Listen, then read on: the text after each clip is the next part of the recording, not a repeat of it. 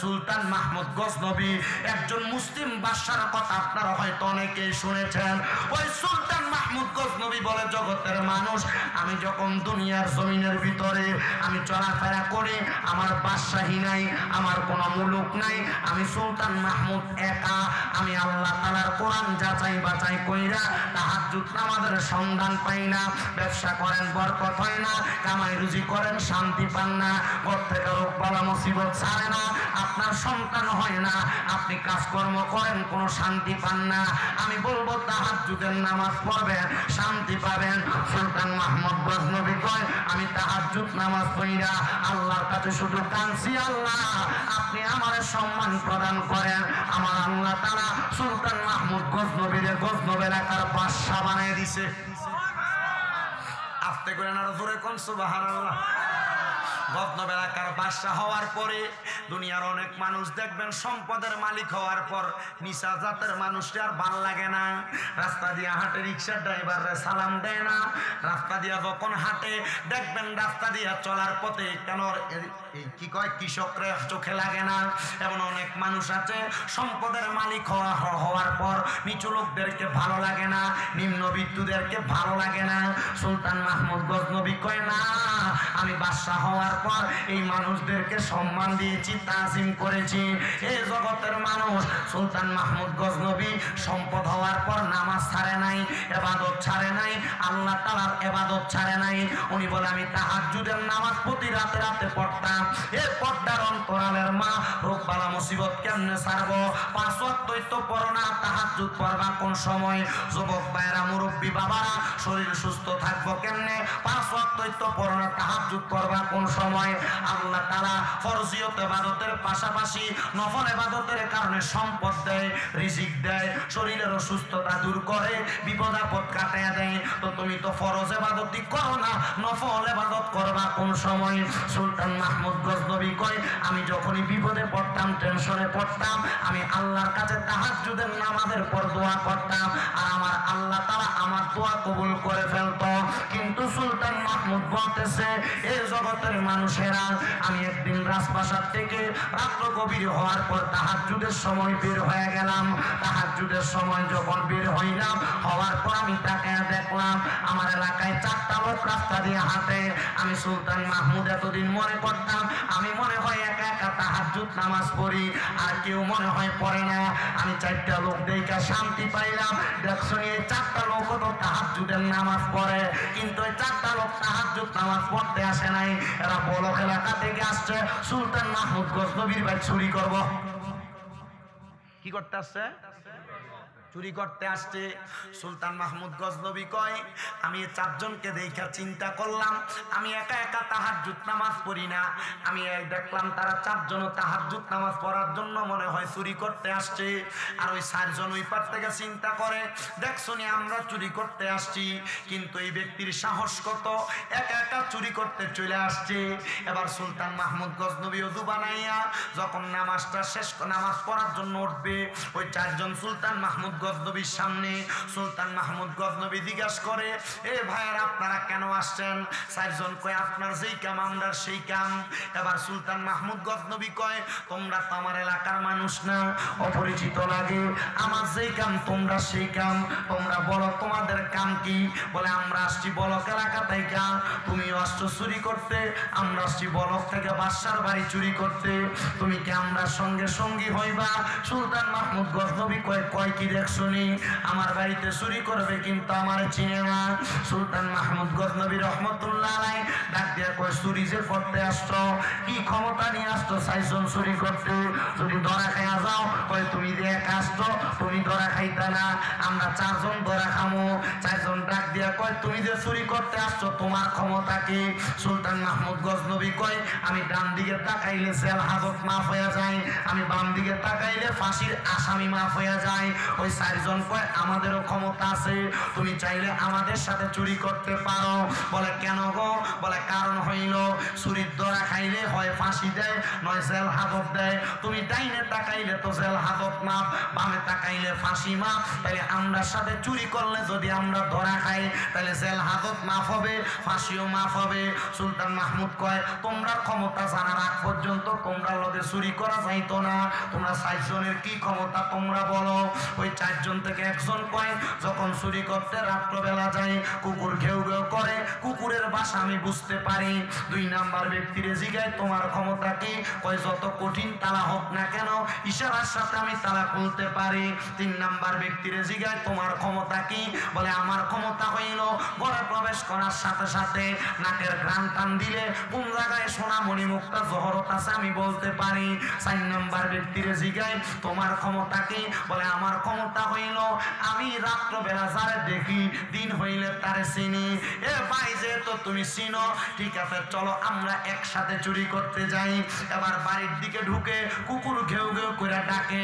সুলতান মাহমুদ গজনবী কয় এ কুত্তার ভাষা বুঝতে বলা ব্যক্তি তুই কত কুত্তা এখন কি কইছে? কয় কুকুর বলছে আমরা নাকি বাড়ির মালিককে নিয়ে বাড়িতে ঢুকতেছে চুরি করতে, আমরা 5 জনই তো চোর, বাড়ির মালিক আসবো কই থেকে? আসলে কি 5 জন চোর না একজন বালা? কথা কয় না, একজন ভালা। এবার ভিতরে প্রবেশ করে কুকুরের কথা শুনে নাই, সামনে যে তালা খুইলা পুরা ঘরের গ্রাম নিয়া যত সম্পদ আছে একসাথে গাঁটটি বাইন্দা একটা ঘরে প্রবেশ করছে। এই ঘরটা সুলতান মাহমুদ গজনবীর নামাজের ঘর। ঘরে প্রবেশ কইরা সুলতান মাহমুদ গজনবী কয় এমন টাইমে আযান হয়ে গেছে। আযান হওয়ার সাথে সাথে চিন্তা করলাম তাহাজ্জুদের নামাজ ছাইরা দিলাম, আমি 5 ওয়াক্তের 1 ওয়াক্ত ছাড়তে পারবো না। 4 চোরের এক ঘরে ঢুকানো অবস্থায় দরজাটা বন্ধ কইরা সুলতান মাহমুদ গজনবী আল্লাহ তাআলার ইবাদতে ফজরের নামাজ পড়তে দাঁড়ায় গেছে। সকালবেলা ঢোল পিটাইয়া পুরা গজনবী এলাকাতে এলান করে দিছে, খবর পাইছনি বাদশার বাড়িতে চুরি করতে 4 চোর ধরা খাইছে, আসো সবাই তোমাদের সামনে বিচার করা হবে। সুলতান মাহমুদ গজনবী চেয়ারের মধ্যে বৈশা বিচার কার্য করবে। 4 চোরের আইনা কাঠ করায় দাঁড় করাইছে, কিন্তু 4 চোরের ভিতরে 3 চোর চোখের পানি ফালাইয়া ফালাইয়া কান্দে, 1 চোরে হাসে। কান্দে কয়জন? আসে কয়জন? কি লেগে এটা আসে কইতে পারবেন? ওই যে রাত্রবেলা যারা দেখে সবাই প্রশ্ন করতেছে এ পাগল বাদশার বাড়িতে চুরি করতে আসছো, বাদশা তোমার জেল দিতে পারে, ফাঁসি দিতে পারে, তুমি যে হাসো তারা তো কান্দে। ডাক দিয়ে কয় না বাদশার বাড়িতে চুরি করতে আসছি এটা আমার দুঃসাহস হতে পারে। আমি চিন্তা করি তিনি বাদশা হইয়া কেমনে আমরা লোকে নাফরমানি করলো। বলে কিসের নাফরমানি? কয় বাদশা রাত্রবেলা একসাথে চুরি করতে ঢুকলেন কেমনে গো? আমরা 4 জনের আপনি আপনার এখানে আসামি বানাইলেন, আপনি না আমরা লোকে একই কাজের সদস্য ছিলেন। সুলতান মাহমুদ গজনবী কয় হ্যাঁ ঠিক কথা, তো তুমি কি বলতে চাও? একবার ডাইনে তাকান, বলে তাকাইছি। একবার বামে তাকান, কয়ে তাকাইছি। বাদশা গো এবার যে বিচার করবেন মানবো, কারণ আপনি ডাইনে তাকাইলে তো জেল হাজত মাপ, বামে তাকাইলে তো ফাঁসি মাপ, এবার আর বিচার করবেন কি? বাদশা ডাক দিয়ে কই বিচার হইল যেহেতু আমি বাদশা তোমাদের সাথে এক রাত্র চুরিতে সহযোগী ছিলাম, এক রাত্রে তোমাদেরকে সময় দিয়েছি, যাও যাও যাও, আমি বাদশা বলে দিলাম তোমাদেরকে মাফ করে দিছি। ওই 4 জন চোর ব্যক্তি ওই কাঠগড়ার মধ্যে সাবধায় পড়ে গেছে।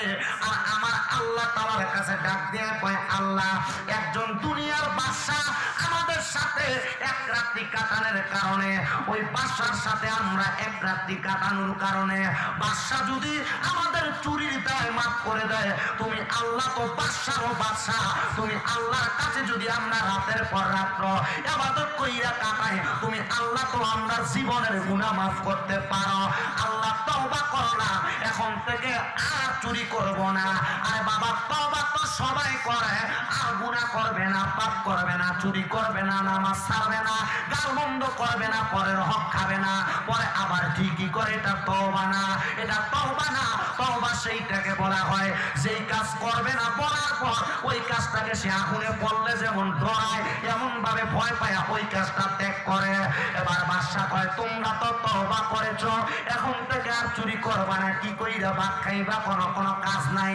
বাদশা ডাক দিয়া কয়, ঠিক আছে, যাও, তোমাদেরকে আমার রাজপ্রাসাদ পরিষ্কারের দায়িত্ব দিলাম।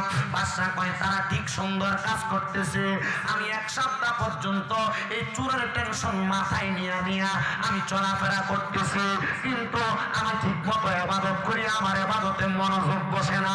এক সপ্তাহ পরে আমার তাহাজ্জুদ নামাজে মনোযোগ বসছে, কিন্তু তাহাজ্জুদ নামাজটা পড়ার সাথে সাথে গায়েবীভাবে একটা আওয়াজ আসছে, সুলতান মাহমুদ গজনবী, তুমি কেমন বাদশা হইলা? আল্লাহ তাআলার 4 জন মকবুল বান্দারে দিয়া বাড়ি পরিষ্কার করাও। আপনার কষ্ট হইতেছে? আমি অল্প সময় আর আপনাদেরকে কষ্ট দিই, সামান্য সময় আমার একটু সময় দিবেন। আলহামদুলিল্লাহ আমি 1 ঘন্টা 10 মিনিট সময় অতিবাহিত করে ফেলছি। আপনার আর কিছু সময় দিতে রাজি আছেন আমারে? ওই বাদশা ডাক দিয়া বলেন, আল্লাহ তাআলার পক্ষ থেকে গায়েবী আওয়াজ আসছে, আমি কেমন বাদশা হইলাম? 4 জন আল্লাহর বান্দারে, আল্লাহর বন্ধুরে আমি আমার বাড়ির কাজের লোক বানিয়ে রাখছি। বাদশা ডাক দিয়া কই, মুরাকাবার মধ্যে মুনিব, তাই আমি আমার বাড়ির কাজের লোক বানাইলাম। ওই ব্যক্তিরে বানাইছো যে 4 জনকে 1 সপ্তাহ আগে চোর বইলা রাখছো। এই 4 জন এই 7 দিন এমন ভাবে তওবা করছে, আমার আল্লাহ তাআলা এদেরকে আল্লাহর বান্দা থাইকা আল্লাহর বন্ধু বানাইয়া দিছে। এ বাতুরিয়া আমিরিয়া দরবার শরীফের বাবারা মুফতি আব্দুল মজিদ আমিরি রহমাতুল্লাহ আলাইহি এত সুন্দর মাহফিল প্রতিষ্ঠিত করে দিয়ে গেছে। এটার উদ্দেশ্য তাবারুক খাওয়া না, এটার উদ্দেশ্য মাহফিল হইতেছে আনন্দ ফুর্তি করা না, এটার উদ্দেশ্য হইল তওবা করে নিজের পরিবর্তন করা, এটার উদ্দেশ্য হইল ঈমান আকীদাকে পরিপূর্ণ রাখা।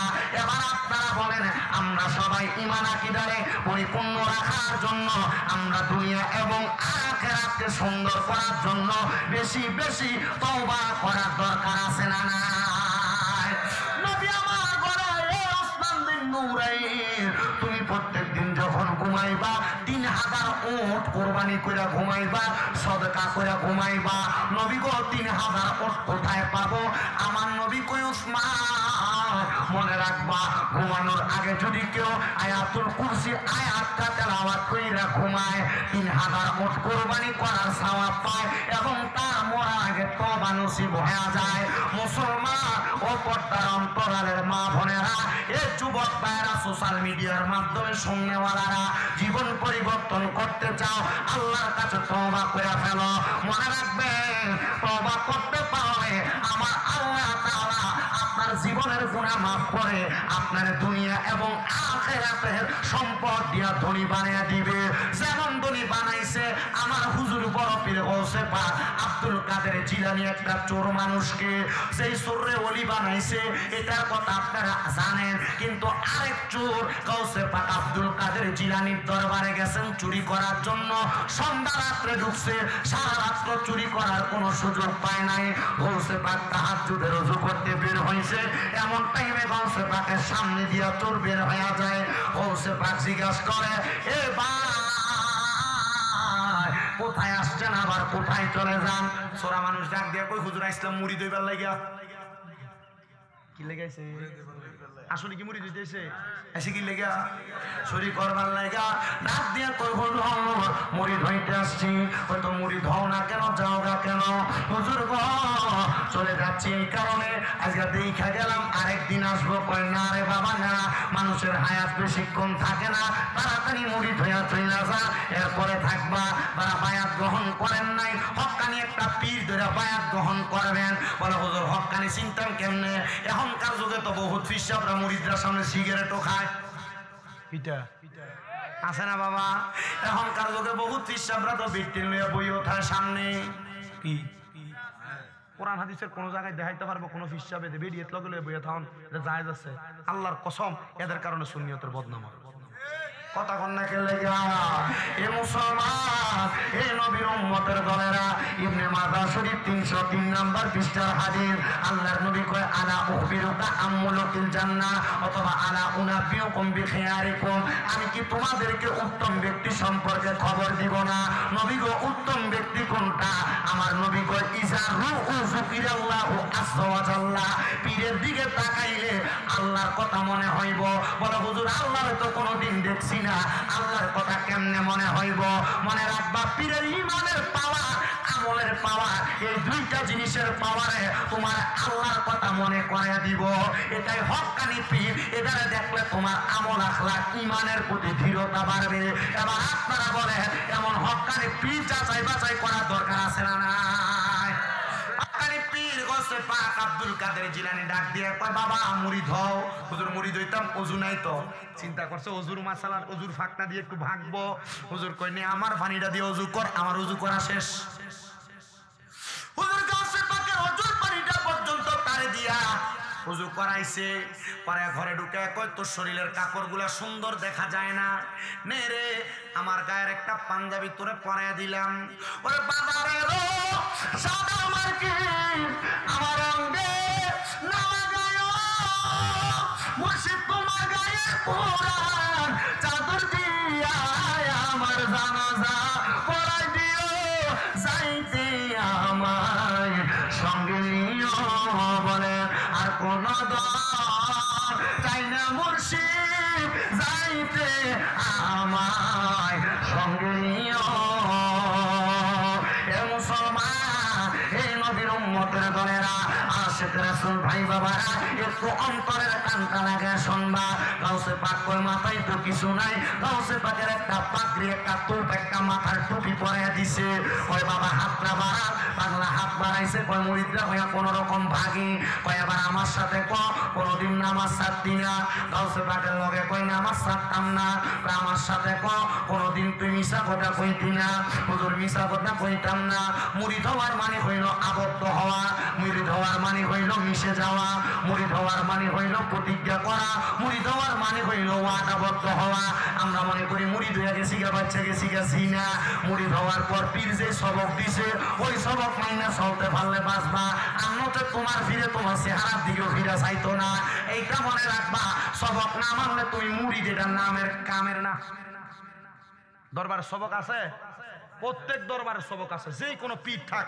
প্রত্যেক পীরের কাছে 5 ওয়াক্ত নামাজের পরে সবক আছে আছে না আর যদি কোন আপনি নাই তার মানে আপনি সবক জানেন না এর লাগে আপনি নাই কোনো কিছু নাই সব কিছু আছে আমরা হুজুররা আমার এক ওস্তাদ আছে হুজুর আমরারে দেখলে আমরা মালানা কইয়া ডাকতো মাওলানা কইতো মালানা কইতো একদিন আমি হুজুরে কইলাম হুজুর আপনার কথার বেদরা তো বেশি ভালো না আপনি মাওলানা কর না আপনি মালানা কর হুজুর এটার মানে কি তোরা যে পড়ালেখা করো সেই যুগে আইয়া মা মানি না লা মানি না না মানিও না তোরার ভিতরে নাই কিচ্ছুই নাই আমি কইলাম হুজুর কথা তো সত্য আসলে তো সত্য আমরা এমন জাত আমার কাছে আছে কিন্তু আমরা এটার লইতাম জানি কথা কই না ঠিক কি না গাউসে পাক কয় বাবা তুমি বলো নামাজ ছাড়বা না হুজুর ছাড়তাম না বাবা তুমি বলো মিছা কথা কইতা না হুজুর কইতাম না গাউসে পাক কয় এই দুইটা সবক দিলাম এডি মানলে তুমি আমার মুরিদ চইলা গেছে গাউসে পাকের দরবার থেকে যায় আর চিন্তা করে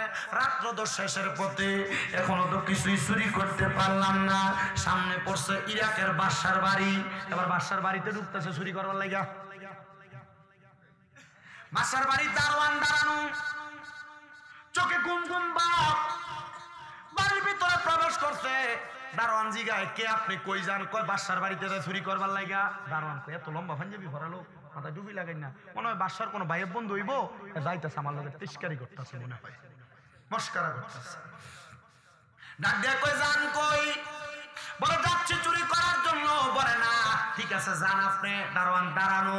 ঘরের মধ্যে প্রবেশ কইরা মণি মুক্তা জহরত যা আছে সব নিছে নিয়ে বসে। এমন টাইমে আবার ফজরের আজান পড়ে যাওয়াতে চিন্তা করে ধনী মানুষ এত তাড়াতাড়ি তো ঘুম থেকে ওঠে না। গাউসে বাগ যেহেতু কইছে নামাজটা ফুইরে হইলই, মালগুলো একটা সাইডে রেখে নামাজ পড়ে। আমরা সমাজে এমন জাতের বহুত চোর দেখবেন, ভাইবাতিরা জমি দখল করে রাখছে, সুদে টাকা খায়, বসে টাকা খায়, মসজিদের সামনের কাতার দেয় নামাজ পড়ে। এমন চোরটা বেড়ায় আমরা এলাকায় আছে না নাই? হ্যাঁ, আমি গতকালকে জেনে মাহফিলে গেছি, এনে শুধু এই কথাটা 5 মিনিট কইছি। কনে আমারে সভাপতি ফিসুন দিয়া হুজুর যা কইছেন চলবো, ও আজার লাগতো না, ও আজার লাগতো না। কি লাগে বাবা? ও হুজুর এই ওয়াজ দেয়, সুদের ওয়াজ দেয় অনকালার কেউ করে না। আমি কইলাম আচ্ছা কি লেগে করে না সুদের ওয়াজ? ও হুজুর কারণ সুদ প্রতিষ্ঠাকারী না সমাজের ভিতরে চলতেছে। কথা কই না, আছে না নাই? জোরে কয় না, আছে না নাই? এ মুসলমান, ওই ব্যক্তি নামাজে দাঁড়াইছে, এমন টাইমে ইরাকের ওই বাদশার ঘুম ভাঙছে। বাইরে হইয়া দেখতেছে তার বাড়ির রাজপ্রাসাদের বড় বড় সিংহপুরের মুখ খোলা। প্রবেশ কইরা দেখতেছে একজন লম্বা জুব্বাওয়ালা মাথায় পাগড়িওয়ালা নামাজ পড়তাছে। এবার যায় কইতাছে দেখছনি, মনে হয় চোরের চুরি করে যাইতে লাগছিল। আরে আল্লাহওয়ালা ব্যক্তি আমার মালদি বাঁচাইছে। আসলে কি তাইনি বাঁচাইছে না তাইনি ওই চোর? তাইনি নিজেই চোর। এবার নামাজটা শেষ করছে। এবার বাদশা ডাক দিয়া কয় কে গো আপনি?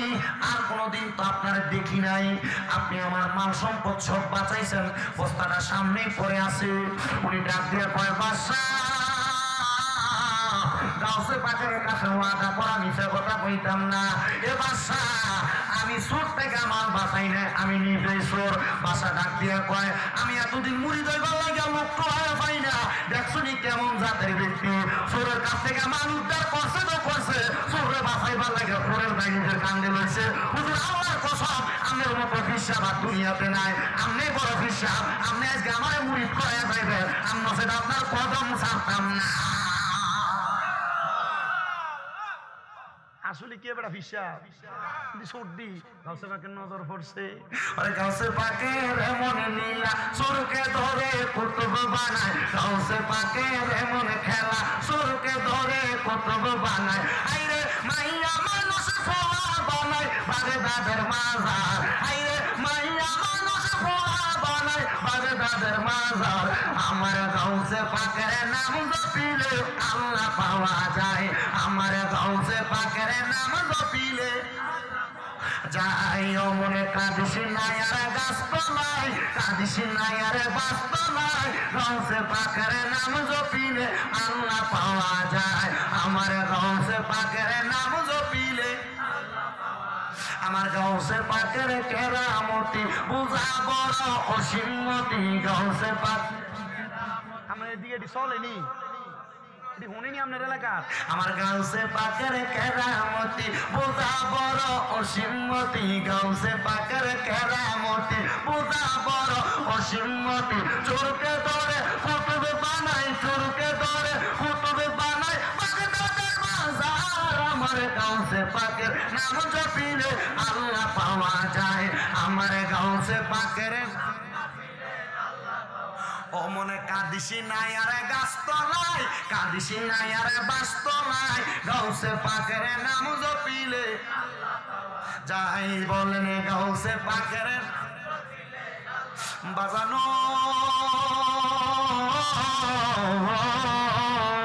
ওই বাসা ডাক দিয়া কয় ভাই জানো ও হুজুর আপনার কাছে আমার বায়াত করার কয়নে আমার মাল সম্পদ সব নিয়ে যান, বাদশাহী নিয়ে যায়, আপনার মতো ফির আমি কোনোদিন ছাড়তাম না।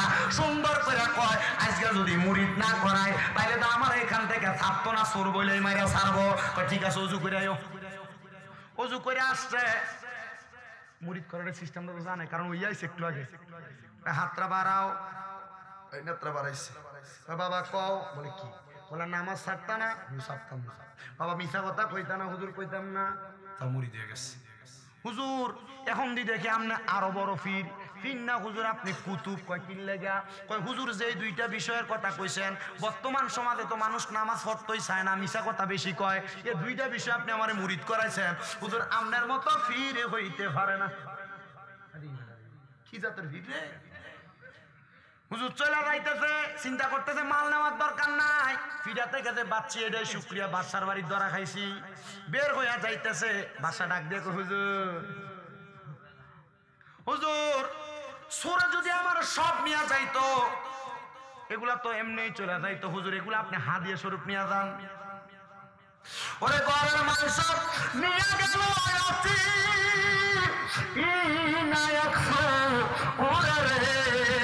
আমি মুখ দেখাবো কারে রে, আমি রে মুখ দেখা আবো কারে। মুসলমান ও নবীর উম্মতের দলেরা, এবার যত মাল সামান আছে সবগুলা দিয়া দিছি।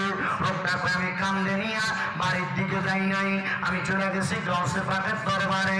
গৌসে পাক কয় পাগলা কেমন মুরিদ করাইলা? কয় হুজুর আপনি জানলেন কেমনে? কয় গৌসে পাক আব্দুল কাদের জিলানীর কাছে যদি কেউ মুরিদ হয়, দেশের ওই প্রান্তেও যদি থাকে, যদি তার পরনের লুঙ্গিটা ফরজ তরফ হইয়া যায়, আমি গৌসে পাক পৃথিবীর এই প্রান্ত তাইকা ওই প্রান্তে তার ফরজটারে ঠিক কইরা তার পরনের লুঙ্গিটা পর্যন্ত ঠিক কইরা দে।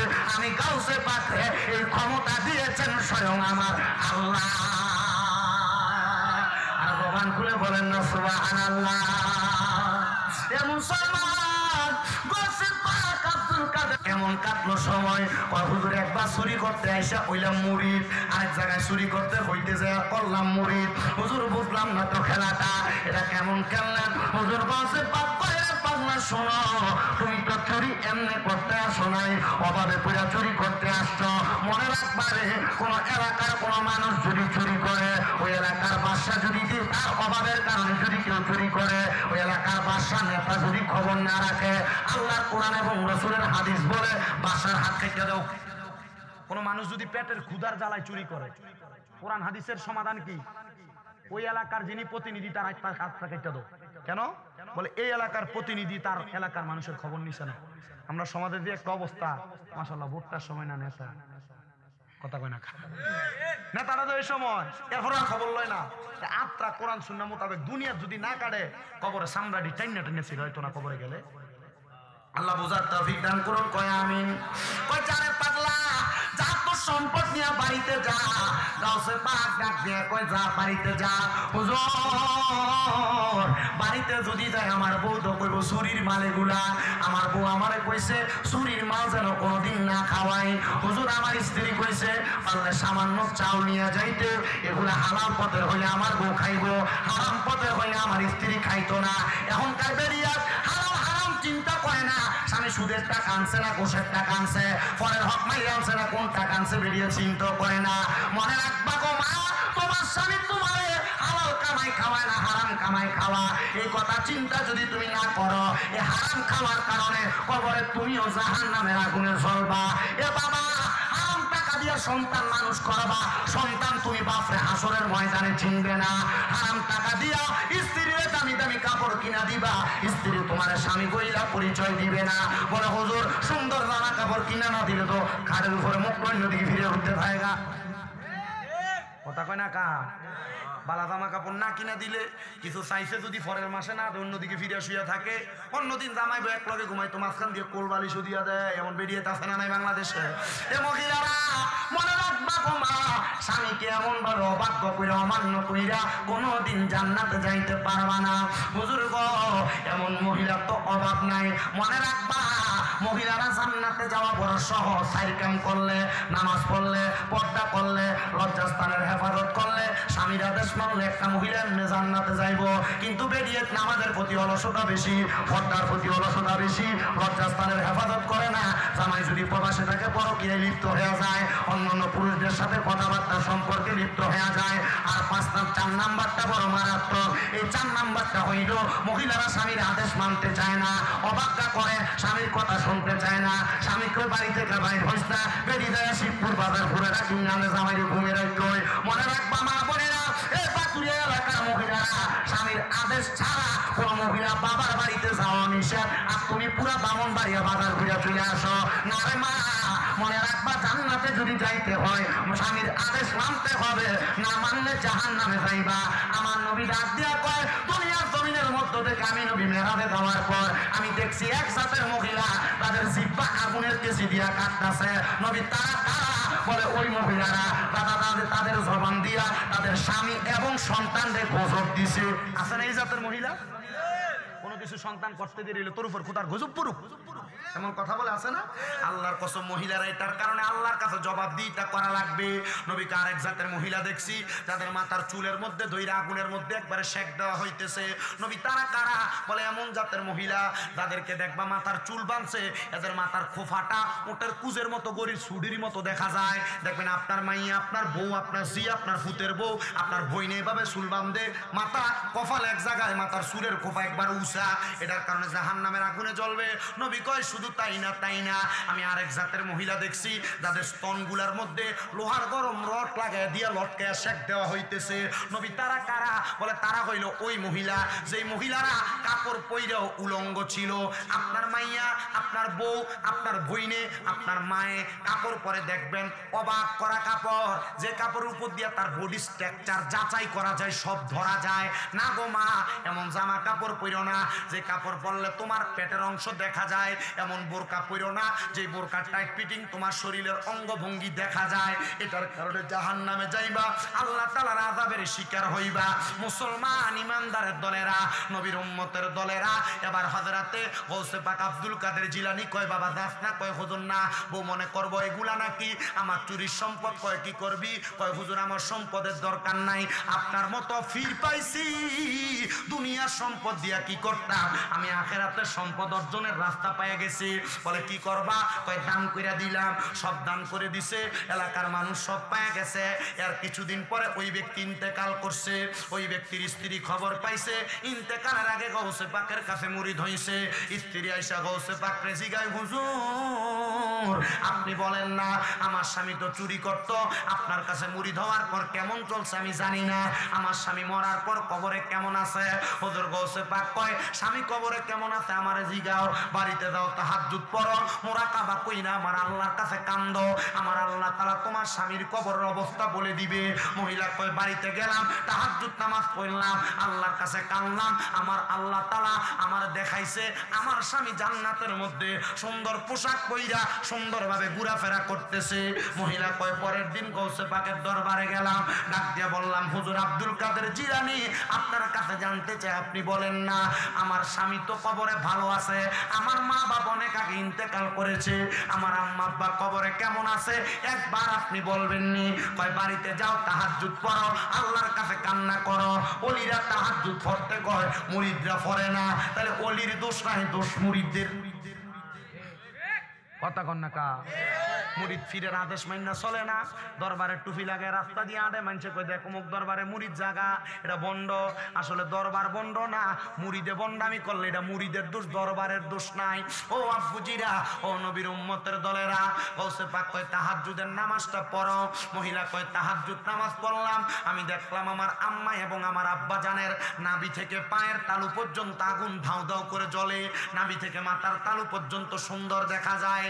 আমি জিজ্ঞাসা করলাম ও মা, ও আব্বা জান আপনাদের কেন এমন অবস্থা? আমার মা বাবা মানে ডাক দিয়া কয়ে মাইয়া তোমার স্বামী ইন্তেকাল করার পর তুমি আব্দুল কাদেরের দরবারে বেপরদা ভাবে চেহারা দেখায়া গেছো, এটার কারণে আমার আল্লাহ তাআলা আমরারে আযাব দেয়। মনে রাখবা সন্তানেরা, তুমি দুনিয়াতে যত অপকর্ম করবা এটার কারণে তোমার মা বাপ কবরে শাস্তি পাবে। মহিলারা যারা পর্দার অন্তরালে শুনতেছো, তুমি যদি কোনো অপকর্ম করো, কোনো বাদ কাজ করো, কোনো গুনার কাজ করো, এটার কারণে আল্লাহ তাআলা তোমার মা বাপরে কবরে শাস্তি দিবে। তোমার মা বাপ কেন তোমার এই কাজগুলা থেকে বাধা দিয়া কবরে যায় নাই? সন্তানের দল মহিলা এরপর থেকে পর্দানসিনী হয়ে গেছে, এরপর থেকে বেপর্দা চলে না, আল্লাহর কাছে ইবাদত করে। এবার তাহাজ্জুদ নামাজ পড়ছে, আবার 7 দিন পরে কইরা দেখতেছে মা বাপ বড় সুন্দর আছে, আরামে আছে। কয় মা বাবা আপনাদেরকে কেন আল্লাহ মাফ করলো? কয় তোমার মতো মাইয়া দুনিয়া জমিনে পরিবর্তন হওয়ার কারণে। সন্তানের দলেরা, আমি জানি না আজকে ভাতুরিয়া আমিরিয়া দরবার শরীফের মাহফিলে কে জানি বসছেন আপনার বাবা নাই, কে জানি বসছেন আপনার মা নাই। আপনার মা বাবা বড় কষ্ট করে আপনার মানুষ করছে। ওই মা বাবা আপনার মানুষ করতে যাইয়া আপনার বাবা কত ওয়াক্ত নামাজ ছেড়ে দিছে, আপনার মা কত ওয়াক্ত নামাজ ছেড়ে দিছে। ওই মা বাপরে নিয়ে আল্লাহ তাআলা কবরে আযাবে স্বীকার করছে। সন্তানের দল আপনার কদমে হাত দিয়া বলি, ওই মা বাবার জন্য আপনি বেশি বেশি করে দোয়া করবেন। যেই মা আপনার না খাওয়াইয়া নিজে খাইছে না, যেই বাবা আপনার জন্য নিজে ভালো জামা কাপড় পরে নাই, ঈদের দিনে আপনারে ভালো জামা কাপড় পরাইয়া দিছে, আপনি সন্তান আপনার বাবার জন্য কি করছেন একবার চিন্তা করে দেখেন। আপনি আপনার আব্বার জন্য কোনো কিছু করতে পারেন নাই। আব্বাজান অন্ধকার কবরে, সন্তান চিন্তা করে দেখছনি আব্বাজান পুরা লুঙ্গিটা পরে ঈদের ময়দানে গেছে। যদি জিগাইতো বাবা আপনি কেন নতুন জামা কাপড় পরেন না, আব্বা উত্তর দিত পুত্রে এখন কি আর আমার ঈদের বয়স আসেনি, এখন তোমার কাছে টাকা আছে কিন্তু ওই আব্বাজান দুনিয়াতে নাই, আব্বাটারে 500 টাকা দিয়ে একটা লুঙ্গি কিনা পরাইতে পারো না। এ সন্তান আম্মা কাপড় রাস্তার মধ্যে 10-5 টাকা বাইন্দা রাখছে, ওই মা জননী তোমার স্কুল মাদ্রাসায় কামে যাইতে 10-5 টাকা দিছে। এখন মায়ের কাপড়টা ছিঁড়া, মা কোনো নতুন জামা কাপড় পরতে পারছে না। তোমার কাছে টাকার অভাব নাই কিন্তু তুমি তোমার মা জননীরে একটা 1000 টাকা দিয়ে কাপড় কিনা পরাইতে পারো না। মা কবরে, সন্তানের দল তোমার পায়ে ধরে আবদার করি রে বাবা, তোমার মা কবরে, তোমার বাবা কবরে, ওই আম্মা আব্বার জন্য তুমি কোনো কিছু করতে পারো না। মা জননী পান্তা ভাতটি খাইছে না, আমার ফুতের রোদে দিয়ে আইলে পান্তা ভাতটা খাইলে তার কলজাটা ঠান্ডা হইব, মা জননী ওই খাবারটা তোমার লাইগা রাইখা দিছে। চিন্তা করছো নি রে বাতুরিয়া আমিরিয়া দরবার শরীফের বাবারা, ওই মা অন্ধকার কবরে, আম্মা জানলে তো একটা লোকমা খানা তুমি খাওয়াইতে পারো না। হায়রে হে ব্রাহ্মণবাড়িয়া নবীনগরের বিদগড়ের বাতুরিয়া আমিরিয়া দরবারের বাবাজিরা বন্ধুরা, একবার চিন্তা করে দেখো তোমার মা কবরে, তোমার আব্বা কবরে, আম্মা আব্বারে খাওয়াইতে পারো না। আজকে পর্দার অন্তরালে কত মাইয়ারা মা বাপারা মা বাপরে একটু খাবার যত্ন করতে পারে না। এই সবে বরাতের রাতে অনেক পোলাপান মা বাবার কাছে মাপ চাইছে, মা বাবার পায়ে ছইরা সালাম করছে। আজকে তারা মা কবরে বাবা কবরে মসজিদের মধ্যে দোয়া করছে মা বাপের লাইগা। সন্তানের দল সামনে মাহে রমজান মাস আসতেছে, মা বাবা তোমারে ডাইকা ডাইকা তাহারির সময় উঠিয়া ভোর রাতের বাতি খাওয়াইছে। রমজান মাস আসবো কিন্তু মা বাপ তোমারে ডাক দিয়া ঘুম থেকে তুলতো না। আম্মায় আব্বা সুন্দর সুন্দর ইফতার বানিয়ে খাওয়াইছে, বুইলা গেছো মা বাপকে নিয়ে একসাথে বৈশা বৈশা ইফতার করছো। মা বাপ তোমারে শরবত অর্ধেক খেয়া দিয়া দিছে। রমজান মাস যাইবো তোমার সামনে রং বেরঙের ইফতার থাকবো কিন্তু তোমার মা দুনিয়াতে থাকতো না। মা কত সুন্দর ইফতার বানাইয়া তোরে খাওয়াইছে, রমজান মাসটা চলে যাইবো তুই তো তোর মারে একটু দামি ইফতার খাওয়াইতে পারতি না। হায়রে চিন্তা করে দেখ, রমজান মাসে মা দুধ কলা মাকে খাইতে পছন্দ করত, এখন দুধ কলা তোর ঘরে থাকবো কিন্তু তোর মা বাপ তোর ঘরে থাকতো না।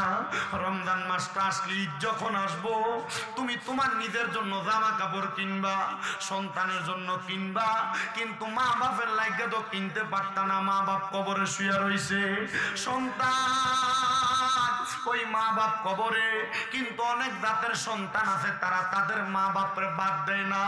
বউয়ের দুইটা কথা শুই না মা বাপরে দুধা করে দেয়, আলাদা করে দেয়। সন্তান তোমার পাউডির ভিতরে দইরা বলি, যদি মা বাপরে দুধা আলাদা করে থাকো এখান থেকে বাড়িতে যাইয়া মা বাবার পায়ে ধরে মাপ চাইবার কইবা মা ও আব্বা আমারে মাফ করে দেন, যতক্ষণ না মাফ করছে ততক্ষণ পাও চাইরো না। বলে হুজুর যাদের বাড়িতে মা আছে তারা বাড়িতে যাইয়া মার পায়ে ধরে মাপ চাইবো, আমার তো আম্মা নাই আমি কার পায়ে ধরে মাপ চাইবো। হুজুর যাদের বাড়িতে আব্বা আছে তারা বাড়িতে যাইয়া বাবার পায়ে ধরে মাপ চাইবো, আমার তো আব্বা নাই আমি কার পায়ে ধরে মাপ চাইবো। সন্তান চিন্তা করে দেখো, মা বাপ বাচ্চা থাকলে যদি মা বাপরে মাসে 1000 টাকার ফল কিনা খাওয়াইতা, 12 মাসে কি 12,000 টাকার ফল কিনা খাওয়ান লাগতো না। মা বাপ বাচ্চা থাকলে মাসে যদি 2000 টাকার ভাত তরকারি খাওয়াইতা, 12 মাসে কি 24,000 টাকা লাগতো না। তোমার মা বাপ তোমার লাখ লাখ টাকার জায়গা দিয়া গেছে, বাড়ি দিয়া গেছে, ক্ষেত পাথরে জায়গা দিয়া গেছে, কই তোমার মা বাপ তো তোমার কাছে জায়গা জমি দি চায় না। চিন্তা করে দেখো, যদি দিয়া না যাইতো, ভাড়া থাকতা, তুমি তো 12 মাসে প্রতি মাসে 5,000 টাকা ভাড়া দিলে 12 মাসে 60,000 টাকা ভাড়া দেওয়া লাগতো। ওই মা বাপ কবরে, সন্তান ওই মা বাপের কথা চিন্তা কইরা আমি ওয়াজটা শেষ করার আগে আমি শুধু 2টা ছেলে চাই। হুজুর, মা বাপ বাচ্চা থাকলে মাসে 1,000 টাকা মা বাবার পেছনে খরচ হইলে 12 মাসে 12,000 টাকা খরচ হইতো। ওই মা বাপের ভালোবাসা আমি 10,000 টাকা আগামী বছর মাহফিলে দান করাম। আমার আম্মার লাগে দোয়া করেন, আমার আব্বার লাগে দোয়া করেন। হুজুর, আমি 10,000 টাকা দান